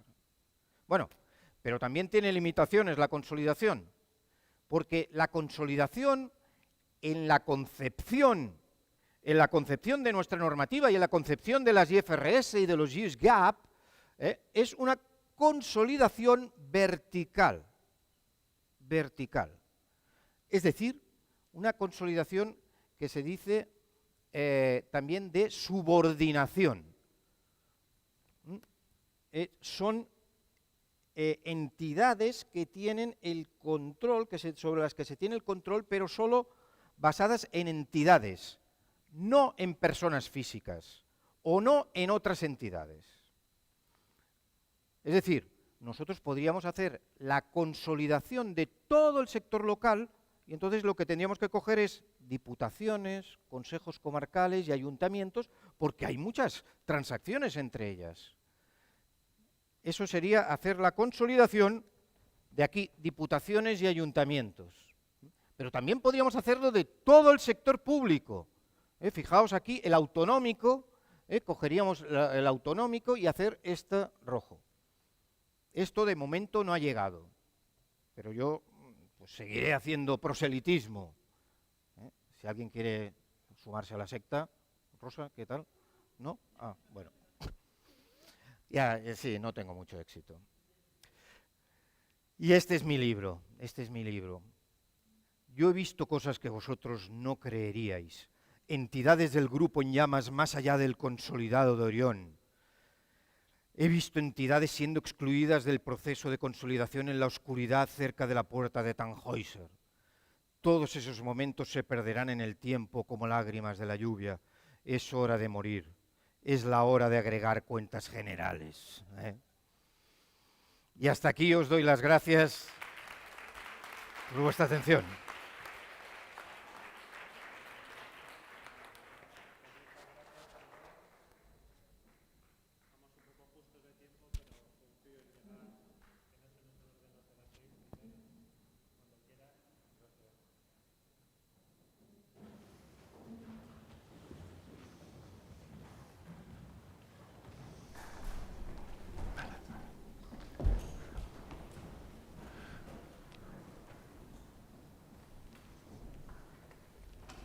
Bueno, después de la presentación de Albert no me puedo poner en el atril, o sea, tengo que caminar, lo mínimo que tengo que hacer es caminar, porque si no, es que no, ya no estoy a la altura, o sea, me acabas de descolocar totalmente, pero bueno, maravillosa la presentación. Yo vengo a hablaros, mi película en este caso es la contratación estratégica, ¿no? La compra pública estratégica, nada menos, ¿no? Bueno, yo creo que todos los que estamos aquí en esta sala estamos de acuerdo en que no se hace compra pública estratégica a fecha de hoy. Llevamos 6 años desde la entrada en vigor, más o menos, de la Ley de Contratos del Sector Público, que es la norma que en principio implantaba este concepto de compra pública estratégica, que es genuino y originario de las directivas de cuarta generación. Y ahí estamos, con la lucecilla. Y entonces, la primera cuestión que me planteo sobre este tema, que yo creo que es interesante, de hacia dónde vamos, ¿no?, con la compra pública, porque para mí la compra pública estratégica lo es todo. Todo es compra pública estratégica, es evaluación, es implantación de políticas públicas. Y las políticas públicas, como nos dice Jimeno Feliu, políticas públicas que van avanzando, van evolucionando con la sociedad y con las necesidades que van surgiendo, ¿no? Y bueno, los dos principios fundamentales o las dos conclusiones, las dos ideas fuerza que os quiero plantear en estos minutos muy brevemente son, la primera de ellas es si se está haciendo o no realmente compra pública estratégica, porque lo que os he planteado ahora, digamos en una visión superficial, sin aproximarnos mucho, ya nos hacemos una idea de que poca compra pública estratégica estamos viendo, ¿no? Entonces, ¿pero por qué? ¿Por qué motivo es ese? ¿Qué razones puede haber detrás de eso? Es la primera de las preguntas que me hice cuando planteaba esto, ¿no? Y sería, digamos, la primera gran idea fuerza, concluir esto, ¿no? Primero, si se está haciendo o no se está haciendo compra pública estratégica, de entrada, bueno, parece que no. Y luego, ¿qué motivos hay? ¿Qué razones hay para esa situación, ¿no? Y lo segundo, en el foro en el que estamos, habría que concluir sobre la actividad que están haciendo los órganos de control externo, los ICEX, las entidades de fiscalidad superiores, en qué medida, qué decisiones están tomando para fomentar, para de alguna manera impulsar y favorecer esta compra pública estratégica y de alguna manera cómo están haciendo frente al problema. No me quiero anticipar, pero de si se está aplicando o no, ¿no? Pero bueno, esto lo iremos viendo más adelante, ¿no? De entrada, yo parto de una idea, es decir, no sabemos lo que es compra pública estratégica. Compra pública estratégica no es incluir en los pliegos de cláusulas, cláusulas en el PECAP, incluir cláusulas medioambientales, sociales o de innovación. ¿Y con eso ya hemos hecho compra pública estratégica? No. O contratos reservados. Hemos hecho contratos reservados, ya hemos hecho compra pública estratégica. No, pues no. Como veis aquí, os planteo una retahíla, una serie, un listado de cuestiones que forman parte de la compra pública estratégica, que no es, ni mucho menos estoy agotando la cuestión, pero lo que quiero plantearos de entrada es que estamos equivocando el foco al entender qué es compra pública estratégica. Y yo creo, me estoy anticipando un poco, pero yo creo que una de las cuestiones es la mala técnica legislativa, que me vais a escuchar estas expresiones a partir de ahora, una visión micro o macro, ¿no? Pero yo creo que es bastante representativo para entender un poco lo que os quiero decir. La Ley de Contratos del Sector Público yo creo que nos está dando una visión micro, nos está diciendo, oye, haced contratos reservados de la disposición adicional cuarta, muy bien. Hacedme contratos de asociación para la innovación, vale. Incluidme cláusulas medioambientales, sociales o... Estupendo, pero tenemos que elevarnos. O sea, el que un órgano de contratación incluya en sus pliegos unos criterios, unas cláusulas medioambientales, sociales o de innovación, o que haga un contrato reservado, ya puede decir, ese órgano de contratación puede decir, ya estoy haciendo compra pública estratégica. No, es lo que quiero deciros. porque hay que, por tanto, elevar la vista. Hay que darnos una visión macro y yo entiendo que la gestión, digamos, debe de ser a nivel de sector público. A nivel de sector público. Y esto tiene unas implicaciones que, digamos, obliga a todos los agentes que están involucrados y que están afectados en la gestión de la contratación por, de alguna manera, tener una sensibilidad especial o una mentalidad disruptiva que nos insiste en esa visión disruptiva, nos insiste siempre el profesor Gimeno Feliu. Y, bueno, y en ese camino podríamos entender que nos vamos aproximando a lo que es compra pública estratégica, pero el que un órgano de contratación incluya en su PCAP esto, pues no. Pero vamos avanzando un poco más, ¿no? Esta es digamos, ¿qué es lo que nos dice? Aquí veo que tampoco te he actualizado yo. ¿Qué nos dice? Entonces, voy a hacer una visión, un barrido muy rápido sobre lo que nos dice el legislador europeo. Me detuve en una comunicación que me pareció interesante, la de 3 de marzo de 2010. Bueno, la directiva es la 1424 y luego lo que aterriza, lo que nos permite aterrizar los conceptos que nos incluye la directiva son comunicaciones, muchas, por la falta de tiempo no pude incluirlas en la presentación, pero bueno, esta, por ejemplo, bueno, pues es clara en lo que nos plantea el legislador sobre lo que es compra pública estratégica. Una estrategia para el crecimiento inteligente, sostenible e integrador, de la Estrategia Europa 2020. Muy bien. ¿Qué nos dice el legislador español? Voy rápido, voy avanzando. Punto 3 del preámbulo de la Ley de Contratos del Sector Público. La contratación es una herramienta, esa es la visión disruptiva. Lo que es el contrato es una herramienta para la ejecución de políticas públicas. Políticas públicas estratégicas en materia de innovación. Bueno, como os decía antes, lo que la sociedad va demandando, va necesitando en cada momento, ¿no? Y ahora hablamos de materia de innovación, o sea, de materia medioambiental, social, pero, insisto, es digamos, no es un fin en sí mismo el contrato, sino que el contrato se transforma en una herramienta, lo cual parece sencillo de entender. El legislador parece que lo tiene claro, que la filosofía de la norma de la Ley de Contrato del Sector Público y esa insistencia en incluir a lo largo de todo el articulado, si sabéis, yo me molesté en mirar, digamos, las referencias a la inclusión exclusivamente de cláusulas medioambientales, sociales de innovación, y está a lo largo de todo el articulado de la ley, aparecen esas referencias, ¿no? Pero bueno, insisto, una vez que el legislador nos dice cuál es su intención en este preámbulo, en el articulado de la ley se desinfla. Y ya, insisto, es lo que os comento de una visión excesivamente micro, pequeña, ¿no? Y digo, hay que elevarse, ¿no? para poder entender que hacemos compra pública estratégica. Vamos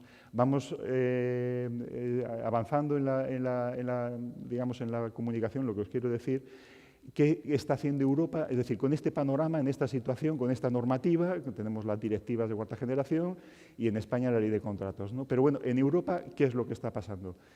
Uy, qué mal se ve esto aquí, madre mía. La comunicación 2021-245 yo creo que nos suena a todos, yo creo, lo que nos está diciendo. Y esto es, en esta comunicación lo que hace la Comisión es reflejar el feedback que les dan los Estados miembros sobre la implantación en cada uno de los Estados de la compra pública estratégica. Y es curiosísimo porque estas cuestiones nos suenan. Y esto es lo que está pasando en Europa y esta comunicación, pues en el punto 251, si tenéis ocasión, miradla porque es interesante. Compra pública ecológica, compra pública socialmente responsable y compra pública en innovación. Los problemas a los que se están enfrentando los Estados. Dificultad para promover las prácticas de compra pública estratégica porque los poderes adjudicadores no tienen la obligación jurídica de incluir criterios medioambientales. Bueno, nosotros esto lo tenemos medianamente resuelto porque o bien como criterios de solvencia o de adjudicación o como condiciones especiales de ejecución, pues tenemos obligación de incluirlos en uno de esos casos, ¿no? Ya os anticipo que el 99,9% de los casos no se incluye como criterios de adjudicación, sino como condiciones especiales de ejecución, porque resulta al poder adjudicador le resulta mucho más sencillo, ¿no? Pero bueno, es lo de menos. Falta de seguridad jurídica, ausencia de datos sobre la eficacia y beneficios económicos de aplicar a los criterios. Bueno, por ejemplo, me detengo en la compra pública socialmente responsable. Fijaros, dificultades para calcular las repercusiones sociales y el coste del ciclo de vida. Ya entroncamos, voy a ir avanzando un poco más y lo iréis entendiendo algo mejor, pero sobre todo la compra pública estratégica implica la delimitación de unos objetivos estratégicos con sus indicadores de seguimiento, y si no tenemos indicadores, si no hacemos, en definitiva, si no evaluamos, precisamente nos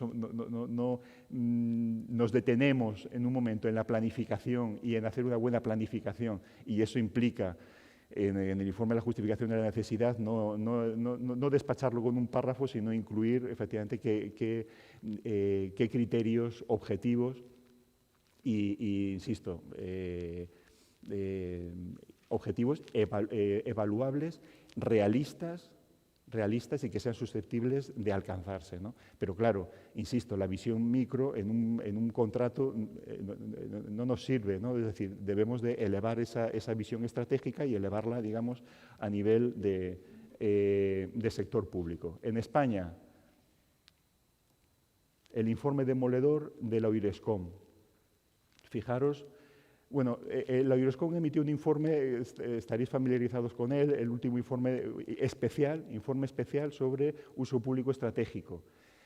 Ya de entrada yo niego la mayor, y en este caso la utilización de la expresión uso público estratégico cuando se está ceñiendo en ese informe, si lo habéis tenido ocasión de leerlo, a contratos reservados e inclusión de criterios medioambientales, se ciñe a esos dos aspectos de toda la retahíla de cuestiones que os planteaba que es compra pública estratégica, además digamos, del error de concepto, digamos, o de la mala técnica legislativa, en el sentido de que no nos ofrece una visión macro de lo que debe de ser la compra pública estratégica, pero bueno, más allá de eso, bueno, pues solo se ciñe a dos aspectos, que son contratos reservados e inclusión de cláusulas. Y eso, digamos, concluir sobre eso no nos va a dar una pista sobre si estamos en el buen camino sobre la compra pública estratégica. Pero bueno, la denominación del informe fue Informe Especial del Uso Estratégico de la Contratación Pública en España, y con este resultado respecto de la aplicación de los porcentajes de reserva, que veo igualmente que no he incluido una... Bueno, pero bueno, en definitiva, fijaros, el incumplimiento es generalizado en todas las... Y la comunidad autónoma que más se aproxima es Galicia, con un 31,27%, ¿no? Bueno, pues sobre lo que debería de ser el 100%, que esto aquí está... que el 100% sería la aplicación correcta de la contratación reservada. Fijaros lo lejos, bueno, en Canarias, Andalucía, bueno, no se hace, ¿no? Criterios sociales, medioambientales o de innovación. Nos dice la Oirescom y concluye, no incorporan criterios sociales, medioambientales o de innovación como criterios de adjudicación, ¿eh? Ojo, ya no hablo ni de criterios de selección o de solvencia o como condiciones especiales de ejecución. Aquí fijaros como criterios estratégicos o criterios de selección, criterios de admisión, tendríamos, fijaros, los medioambientales, pero como en fin, los porcentajes es que son... en fin, veis aquí, no me detengo más, ¿no? Yo creo que se ve, se entiende, no merece la pena. Aquí ya como criterios de adjudicación veis un poco cuáles son las conclusiones de este informe. O sea, digamos, no se aplica pero contratos reservados y criterios medioambientales, sociales de innovación. Son dos aspectos concretos de esta, insisto. Bueno, vamos avanzando. Entonces, ¿qué digamos, respuesta me doy yo con este panorama, con esta visión? ¿Qué es lo que me planteo? ¿Dónde está el problema para que después de 6 años de implantación de la ley de contratos, que de alguna manera, además, pretende impulsar, ya hemos visto que el legislador en el preámbulo, al menos en el preámbulo, lo tiene claro, lo que debemos de entender por compra pública estratégica. Luego ha sido, el problema entiendo que ha sido en la traducción, o sea, a la hora de volcar esa intención al articulado, ¿no?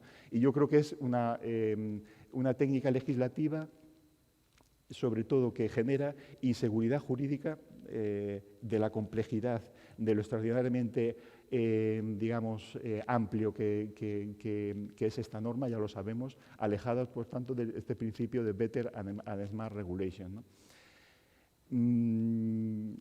Luego, bueno, pues tendríamos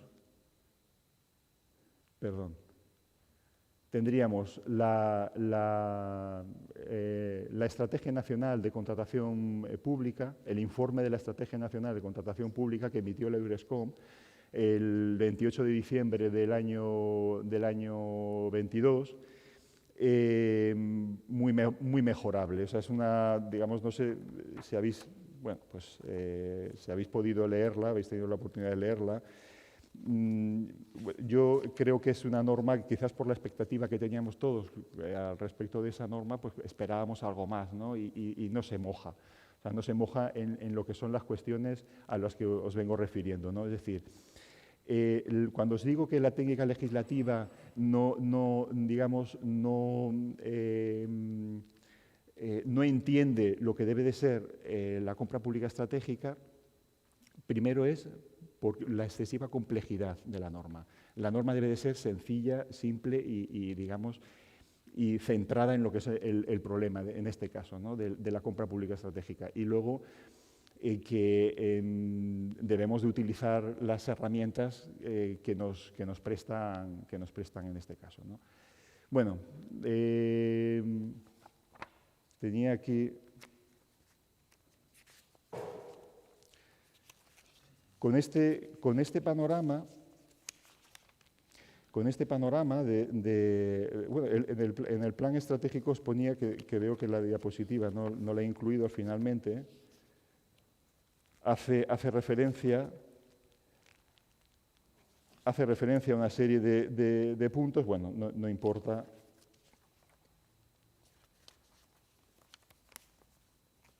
Bueno.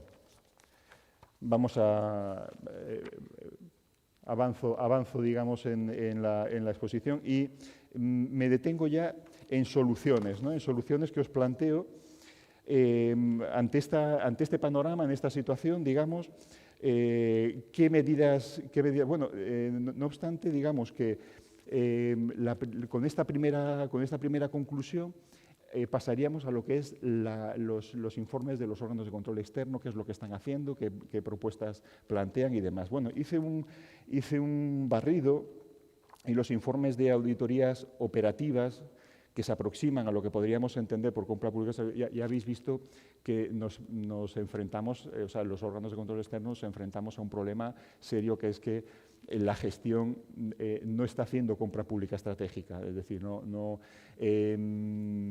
disponemos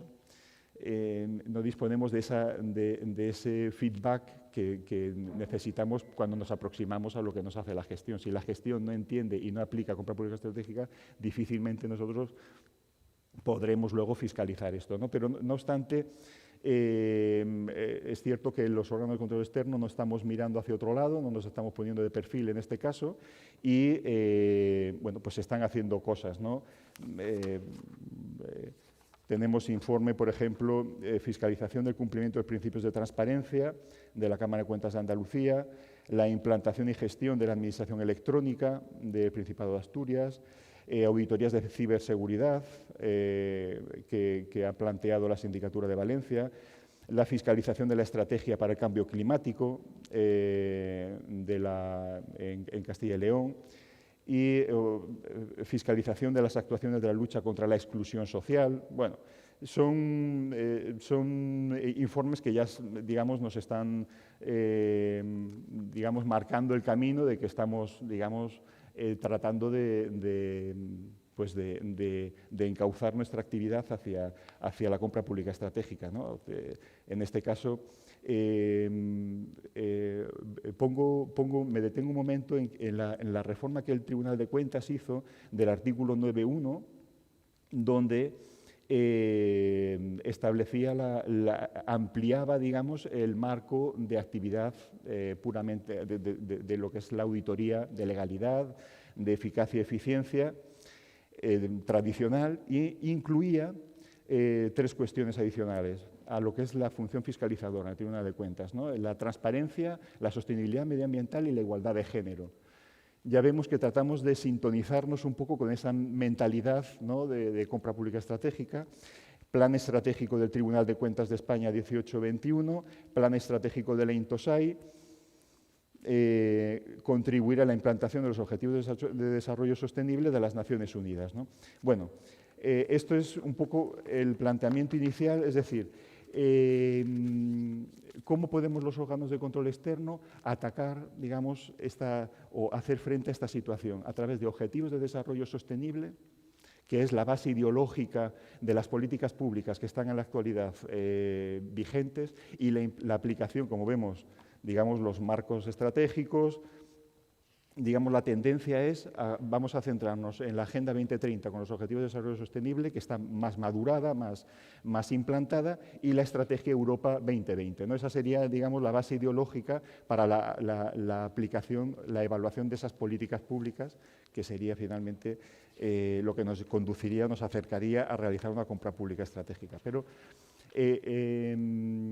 digo, las auditorías operativas, en este caso, serían la solución principal, que es, digamos, la mecánica de la que se sirven los órganos de control externo, fundamental, que es además bien conocida por nosotros. La auditoría operativa es el instrumento, creo, que imprescindible, pero eso exige que haya previamente una delimitación de los objetivos estratégicos, de los objetivos, digamos, macro, y eso sí, con sus correspondientes indicadores que nos permitan evaluar el seguimiento de esas políticas públicas, ¿no?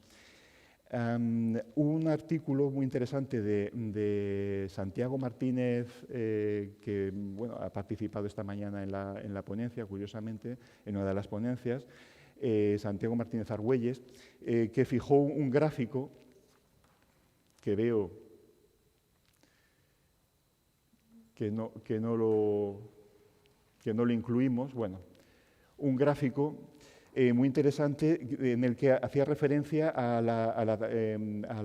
las conclusiones que hizo la Oficina Nacional de Auditoría de Finlandia sobre las 4 vías potenciales que las entidades fiscalizadoras superiores pueden utilizar para potenciar la implantación de los objetivos de desarrollo sostenible. Entiendo, por tanto, la implantación de las políticas públicas en materia de compra pública estratégica, ¿no? Y nos dice, auditorías son 4 aspectos. Dice, auditorías de desempeño sobre los objetivos y las metas de los Objetivos de Desarrollo Sostenible, que es la auditoría operativa. Esto nos suena. Pero es curioso, dice, las entidades fiscalizadoras superiores como modelos de buena gobernanza, es decir, las entidades fiscalizadoras superiores deben de dar ejemplo también, deben de dar ejemplo, ¿no?, en lo que se refiere a la aplicación de los Objetivos de Desarrollo Sostenible a nivel de gobernanza, de implantar pues esto, una gestión socialmente responsable a nivel laboral, a nivel social, un poco con los ejes que nos marcan los 17 Objetivos de Desarrollo Sostenible, ¿verdad? Luego tendríamos, la tercera sería examinando cuál es a nivel institucional la respuesta que los diferentes estados están dando a la implantación de los Objetivos de Desarrollo Sostenible. Fijar digamos, la atención, el foco en esa cuestión y concluir, ¿no?, sobre si se está haciendo o no. Y luego sobre los objetivos de buena gestión financiera. que como sabemos son los que se refieren a los principios de estabilidad presupuestaria y sostenibilidad financiera, ¿no? El déficit presupuestario cero. Bueno, no sé cómo voy, regulín ya, ¿no? Bueno, pues nada, entonces, nada, no, pues para concluir, no se está haciendo compra pública estratégica. La compra pública estratégica exige una visión macro que nos debemos de elevar por encima de lo que es el mero órgano de contratación, es decir, debemos hacer auditorías a nivel de sector público, a nivel de ayuntamiento, en fin, pero a nivel de sector público. La gobernanza, el diseño de una gobernanza adecuada, ¿no? Es decir, dotar a una entidad, a un órgano, podría ser la UIRESCOM, sin ir más lejos, ¿no? Comités de cooperación, que habla la ley de contratos, ¿no? Oficinas de supervisión, pero una entidad con la autoridad, con la formación, digamos, en evaluación de políticas públicas, que sea capaz de encauzar a todos los órganos de contratación en un camino, que sea el camino hacia la compra pública estratégica, pero ha de haber una entidad, digamos, o un mínimo estadio de gobernanza que facilite, que favorezca esa situación, ¿no? Y luego la norma, por supuesto, debe de plantearse ese principio de Better Smart Regulation. O sea, es que es evidente esa situación. Bueno, aquí os comento la contratación pública que exige autoritas y debe gestionarse de forma coordinada y centralizada. Bueno, y bueno, yo creo que con esto os dejo tranquilos. Muchas gracias. Gracias.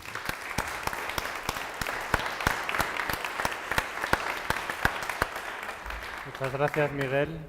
Pues, Manuel, cuando quieras. Hemos empezado un poquito tarde, pero bueno, vamos un poco justos. Cuando quieras. Buenas tardes. En primer lugar, agradecer a la organización que admitió mi comunicación. Me parecía obligado, dado que era la primera vez que podía asistir a unos encuentros que se celebraron en Zaragoza, y habiendo tenido la Cámara de Cuentas la confianza en asignarme la plaza de letrado jefe, pues indudablemente me creía obligado por algún asunto jurídico relacionado con la Cámara a presentar esta comunicación. Tengo el PowerPoint, lo tengo porque hace además unos días en un aula de Derecho Administrativo presenté relacionado con esta materia y transparencia con la Secretaria del Consejo de Transparencia.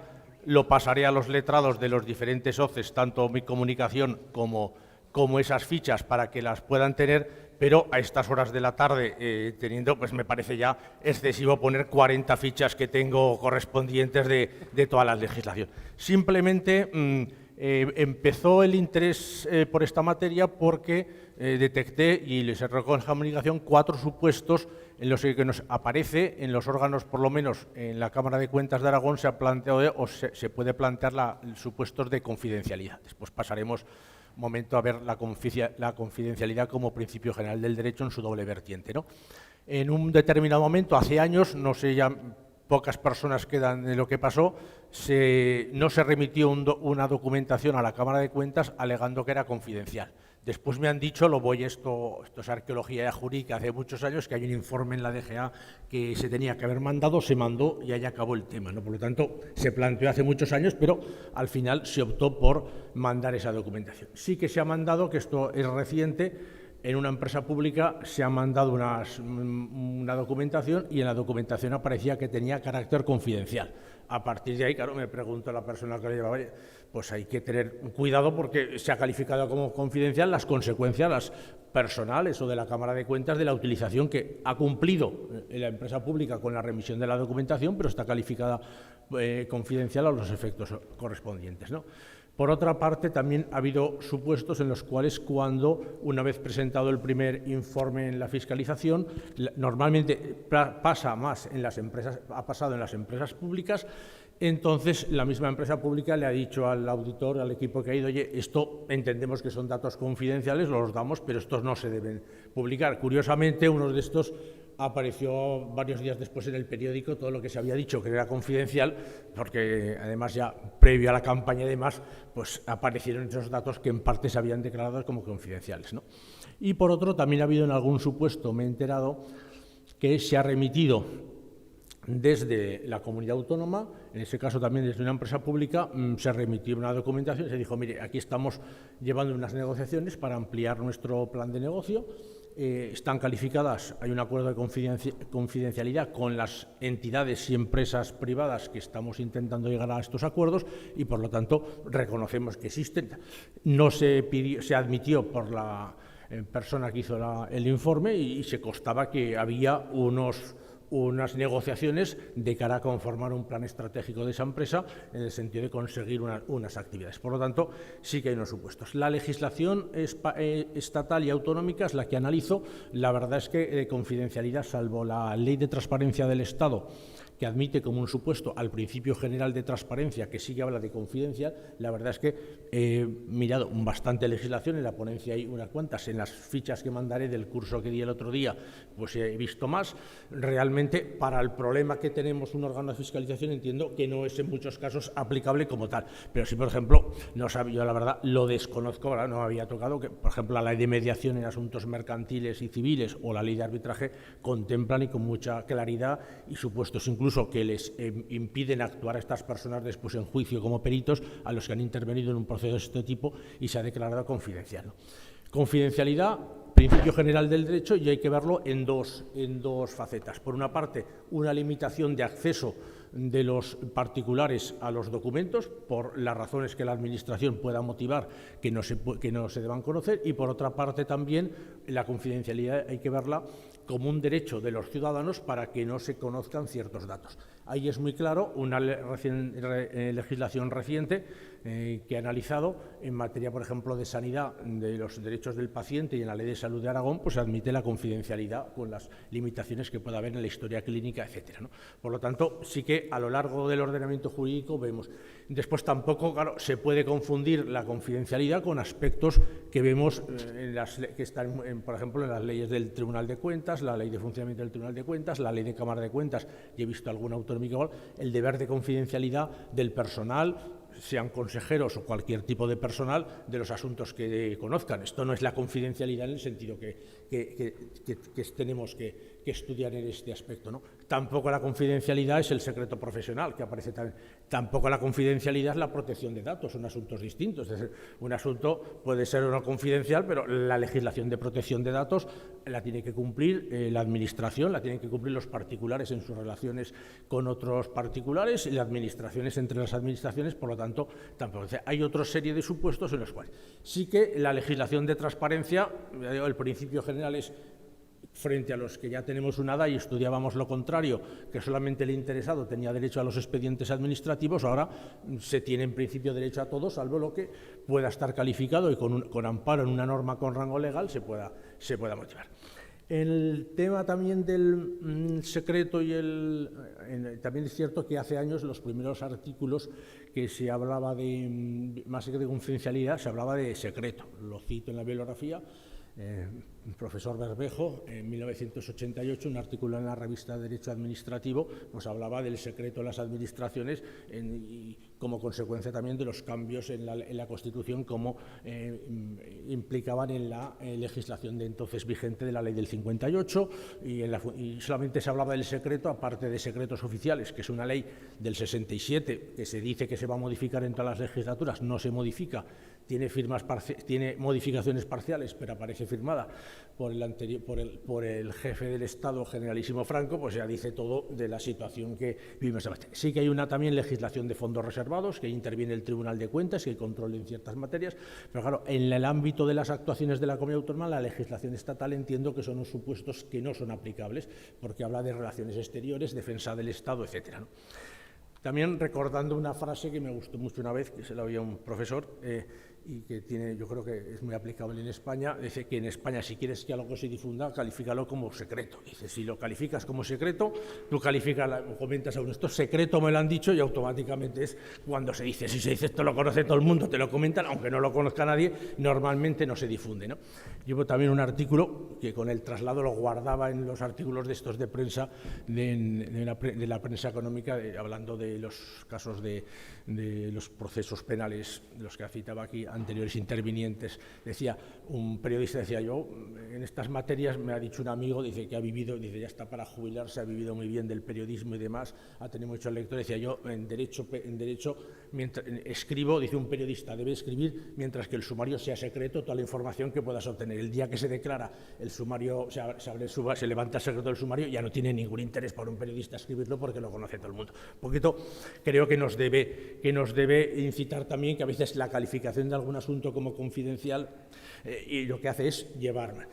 También he visto, y cuando hablé con compañeros al plantear este tema, hay en el caso del reglamento de las Cortes de Aragón, lo cito también, simplemente habla el derecho de todo parlamentario a solicitar información, pero también plantea que la administración o ente público al que se le pide la información puede declarar que no la limita o no la da motivadamente. Ahí ya después me aclara más lo que sucede, ¿no? En el ámbito del Cortes Generales, como sabéis, hay una comisión de secretos oficiales que se reúne y se le da una información. Me han comentado compañeros letrados de otras comunidades autónomas, parlamentos, entonces que en el ámbito normalmente de las comunidades autónomas que tienen fuerzas y cuerpos de seguridad del Estado hay ciertas especialidades, y que ellos tienen policía autonómica y ciertas especialidades que en el Parlamento a veces se contemplan.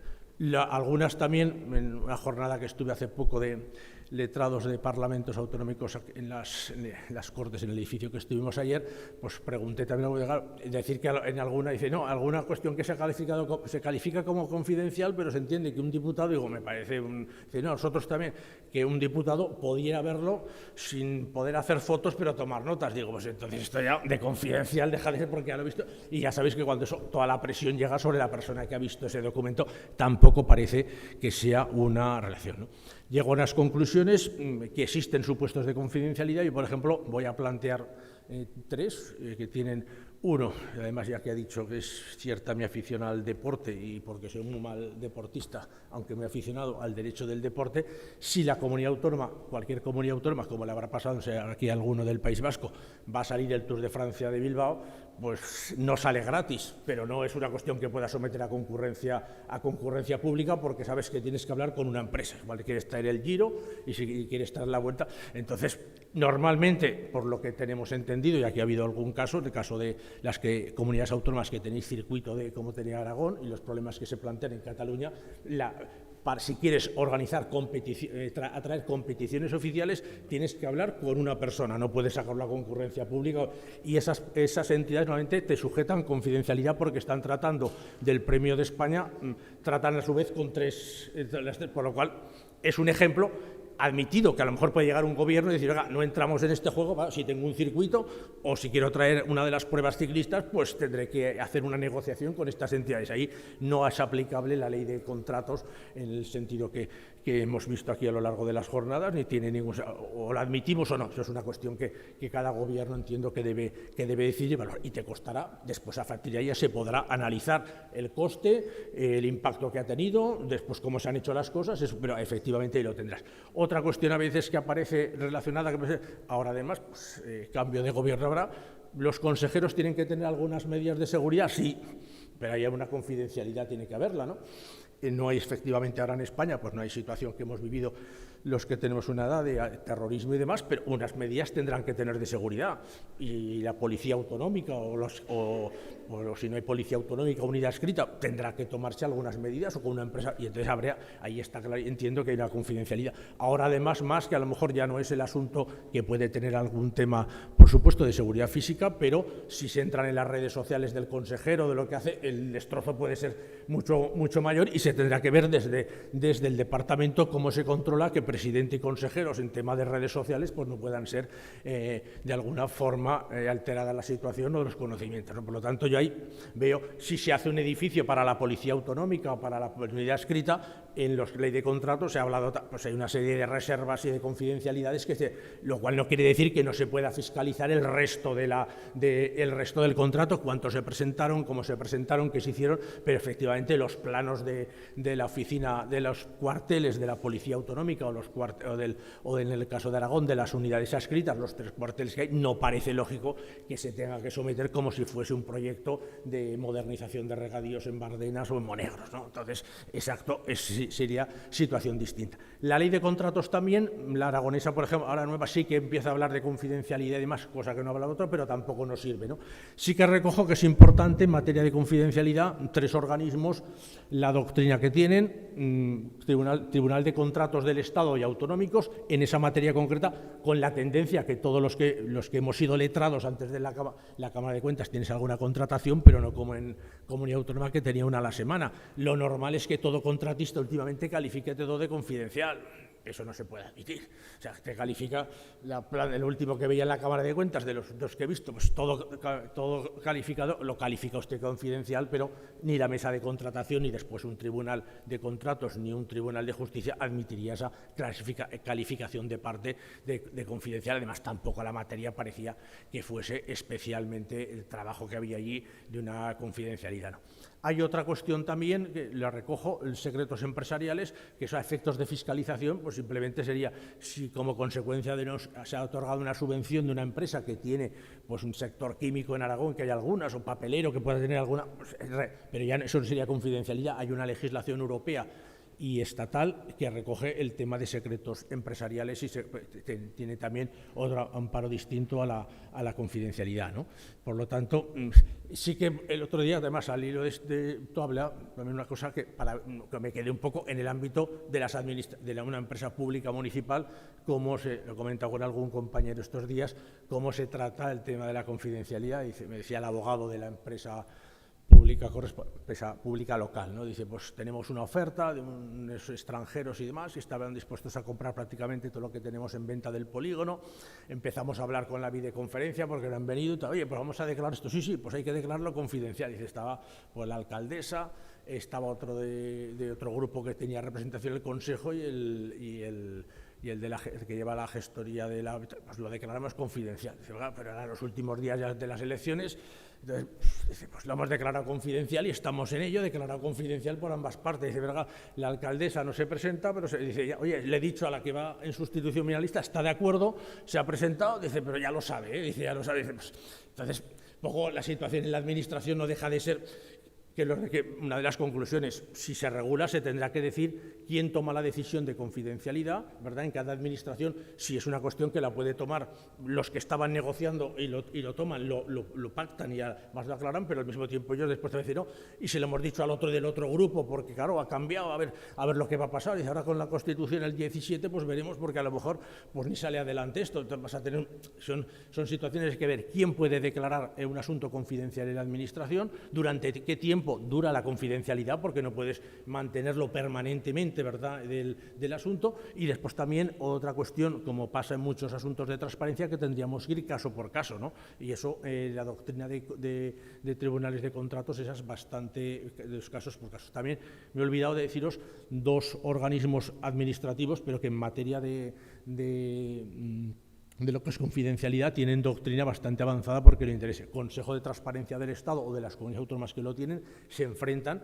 El otro día también en la ponencia que di con la compañera del Consejo de Transparencia, pues uno de los que se ha mantenido confidencialidad, y es un día que nos afecta a todos los que tenemos hijos que se están examinando ahora de selectividad, pues había, si se mantiene uno de ciertos asesores de los tribunales de selectividad, la confidencialidad por la presión que sufren en el momento que se enteran en el instituto, padres, alumnos, profesores que se enteran que uno ha sido llamado para asesorar en la preparación de un examen. Dice, entonces se ha mantenido, hay resoluciones y parece que en diversos consejos se ha mantenido la confidencialidad con objeto de evitar las presiones, porque en la comunidad se conocen, en la comunidad educativa se conocen todos, y además, ya no solamente es de los padres, es de los mismos compañeros profesores que han preparado para los que van a la selectividad para la cuestión. Dice que hay materias en las cuales también, pero que sería más con secreto, alguna en Aragón se ha planteado, como sabéis, en los que no sois de Aragón hay un desarrollo ahora de planes eólicos en Aragón y de fotovoltaicos importantes,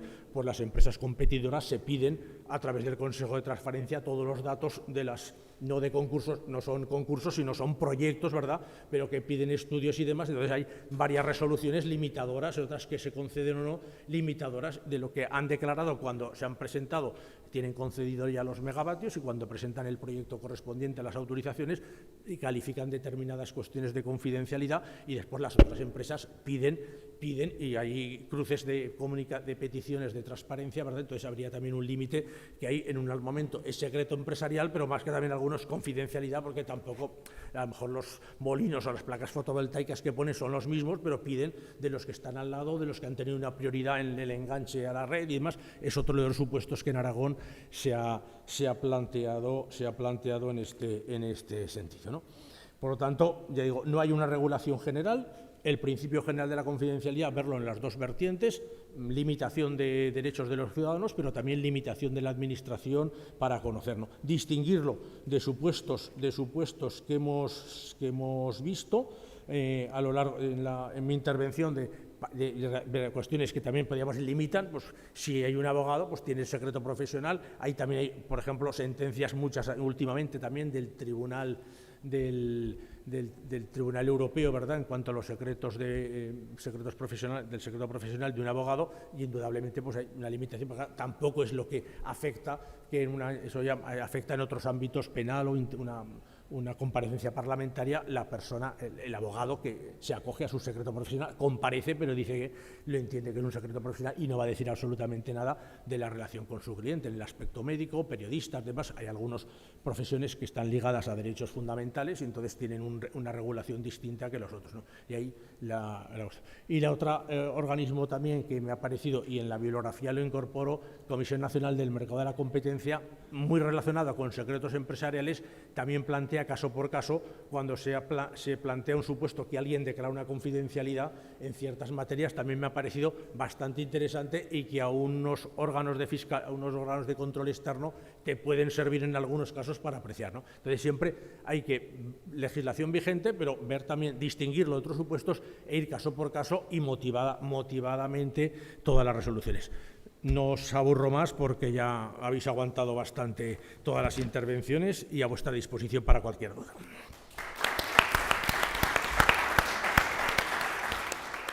Pues muchas gracias, Manuel. No sé si hay alguna pregunta, estamos ya fuera de hora. O yo creo que podemos darlo por zanjado, ya que queda poco tiempo también para la visita después. Sí, dime, Rosa, perdona. Espera un segundo que te dejan el micro, muy rápido.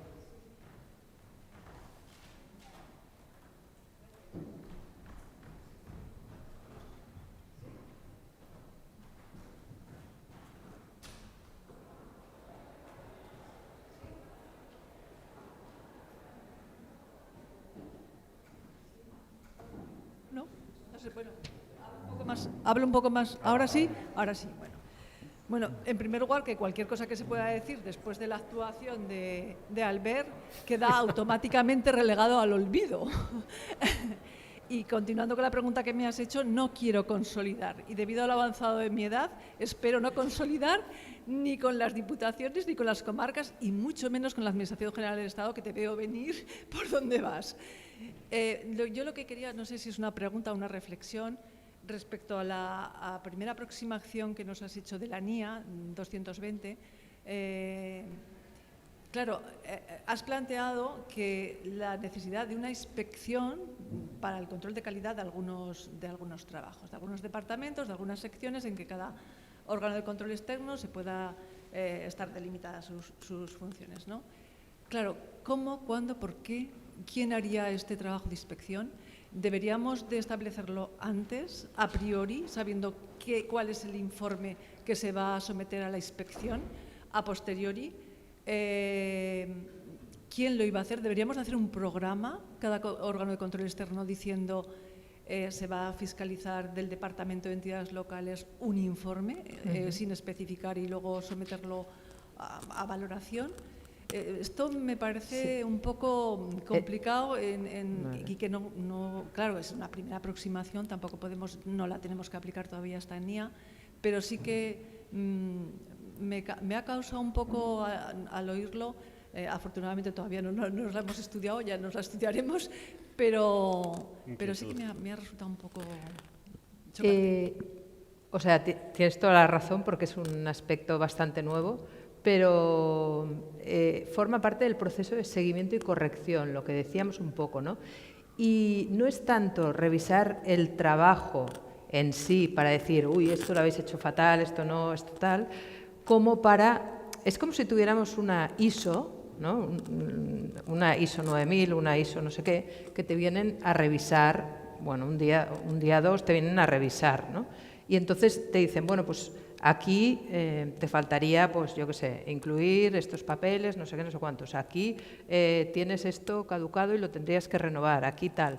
Es más para poder gestionar la calidad de forma proactiva y entonces encontrarte incidencias y poder tomar medidas correctoras. Es más para esto que no tanto justamente para decir, este trabajo está fatal y tú lo haces fatal. No.